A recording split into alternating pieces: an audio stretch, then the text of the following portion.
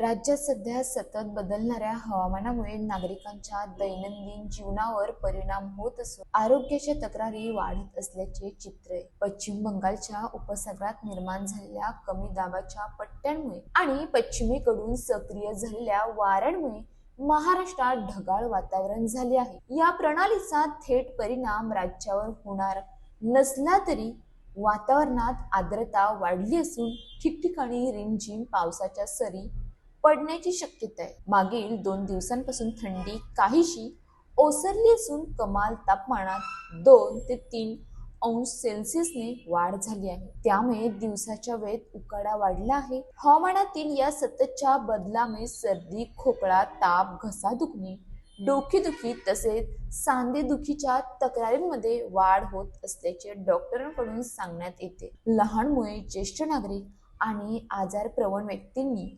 विशेष काळजी घेण्याचा सल्ला देण्यात आलाय. हवामान अभ्यासक निलेश गोरे यांच्या माहितीनुसार बंगालच्या उपसागरातील कमी दाबाचा पट्टा आणि हिमालयातील बर्फवृष्टीमुळे उत्तर पश्चिम दिशेने थंड वाऱ्यांचा प्रवाह वाढला आहे. यामुळे दिवसभर ऊन सावल्यांचा खेळ सुरू असून वाऱ्याचा वेग ताशी 5 ते 10 किलोमीटर इतका नोंदवला आहे.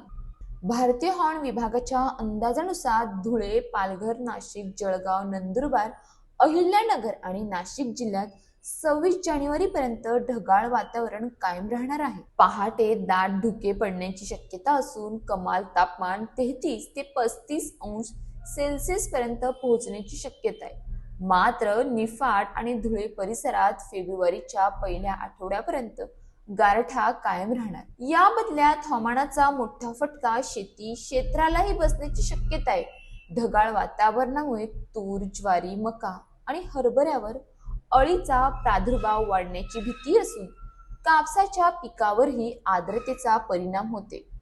यंदा चांगला आलेला आंबा व काजूचा मोहर देखील धोक्यात येण्याची शक्यता वर्तवण्यात येते. हवामान विभागाकडून 26 जानेवारीपर्यंत किमान तापमान 11 ते 17 अंश सेल्सिअस दरम्यान राहणार असून रात्री कडाक्याची थंडी तर दिवस उबदार राहणार आहे. त्यामुळे नागरिकांनी तसेच शेतकऱ्यांनी हवामानाचा अंदाज लक्षात घेऊन आवश्यक ती खबरदारी घेण्याचे आवाहन करण्यात आले आहे. अशाच ताज्या बातम्यांसाठी आमच्या न्यूज पोलीस रिपोर्टर चॅनलला लगेच सबस्क्राईब करा आणि बेल आयकॉन दाबायला विसरू नका.